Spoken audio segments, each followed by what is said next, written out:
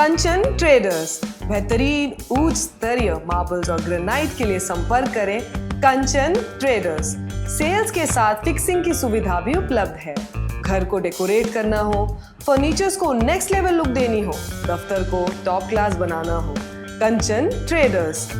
उद्घाटन पत्रों पर लिखवानी हो, पूजा के लिए मार्बल्स चाहिए या ग्रेनाइट की मंदिर बनवानी हो, कंचन ट्रेडर्स आपको देता है उचित दामों में सबसे बेहतरीन टॉप क्लास मार्बल्स और ग्रेनाइट। तो फिर देर किस बात की, आज ही पधारिए और अपने घर फर्नीचर और दफ्तर को दीजिए ग्रेनाइट और मार्बल्स वाली शान। कंचन ट्रेडर्स, बल लाइन जंक्शन के करीब, कैलिकट रोड और सिप्पी घाट, जोड़ा किलन के पास। Kanchan traders.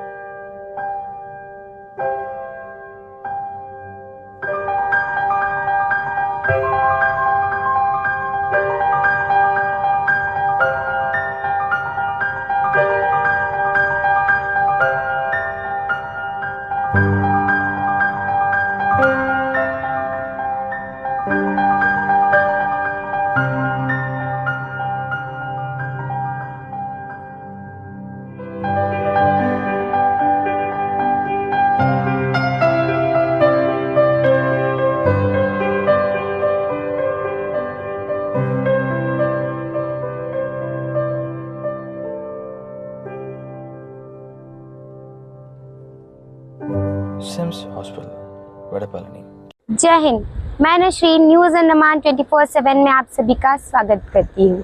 Andaman and Nicobar island एक खूबसूरत और स्ट्रैटेजिक लोकेशन पर स्थित भारत का एक केंद्र शासित प्रदेश है, लेकिन यहाँ अपनी भौगोलिक और सामाजिक स्थिति के कारण कई चुनौतियों का सामना करना पड़ता है। अंडमान एंड निकोबार की मुख्य समस्याएं मैं आज आपके समक्ष रखना चाहूँगी। पहला है ट्रांसपोर्टेशन और कनेक्टिविटी। मेनलैंड इंडिया से संपर्क में कठिनाइयाँ, क्योंकि बहुत ही लिमिटेड फ्लाइट्स और शिप्स है। अंडमान के अलग अलग आइलैंड्स के बीच ट्रांसपोर्टेशन लिमिटेड और बहुत एक्सपेंसिव है। रोड्स कई जगह पर खराब और बहुत पुअरली मेंटेन्ड भी है।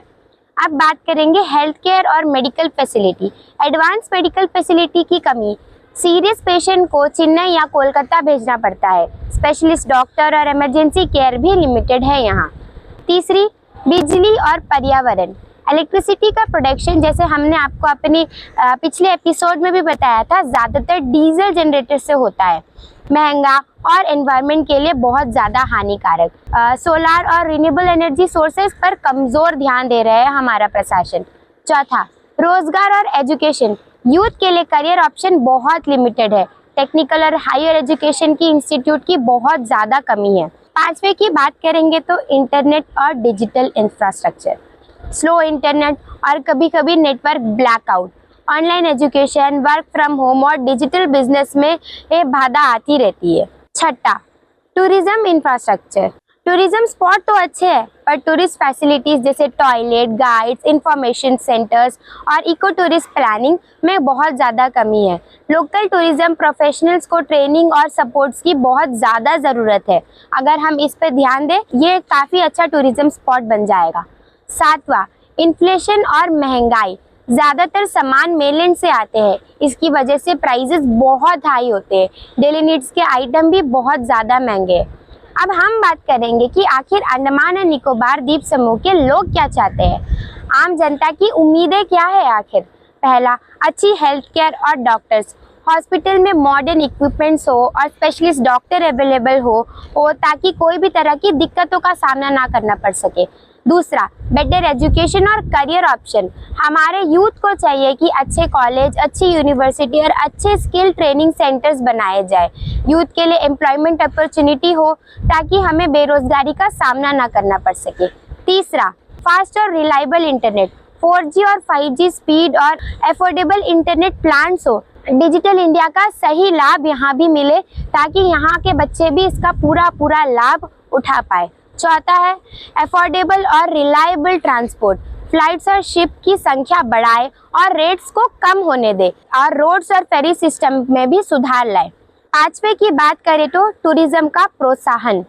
लोकल गाइड्स, हैंडीक्राफ्ट्स और होम स्टेज को प्रमोट करें। इको टूरिज्म के विकास हो जिससे नौकरी भी मिले और प्रकृति भी बने और तो और ये टूरिज्म स्पॉट और भी ज़्यादा अच्छा हो जाए।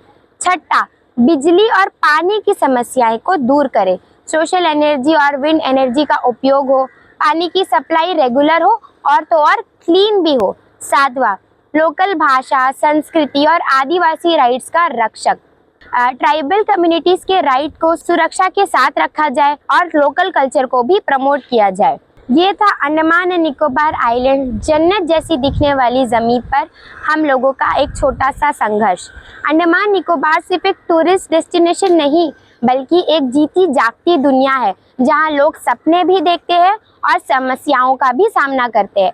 अंत में मैं आपको बस इतना कहना चाहूँगी, अंडमान सिर्फ एक हॉलिडे स्पॉट नहीं, यह लोगों का घर है। यहाँ के लोग एक सुधरी हुई health care system, reliable transport, अच्छी एजुकेशन और रोजगार, फास्ट इंटरनेट और सम्मान के साथ जीने लायक जीवन चाहते हैं।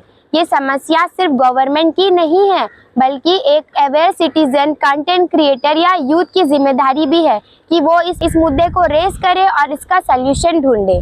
तो हम सभी से निवेदन करते हैं कि ये सारी मुद्दों पर ध्यान दें ताकि आने वाले समय में अंडमान एंड निकोबार द्वीप वासियों को ये जन्नत जैसी जगह का पूरा लाभ मिले।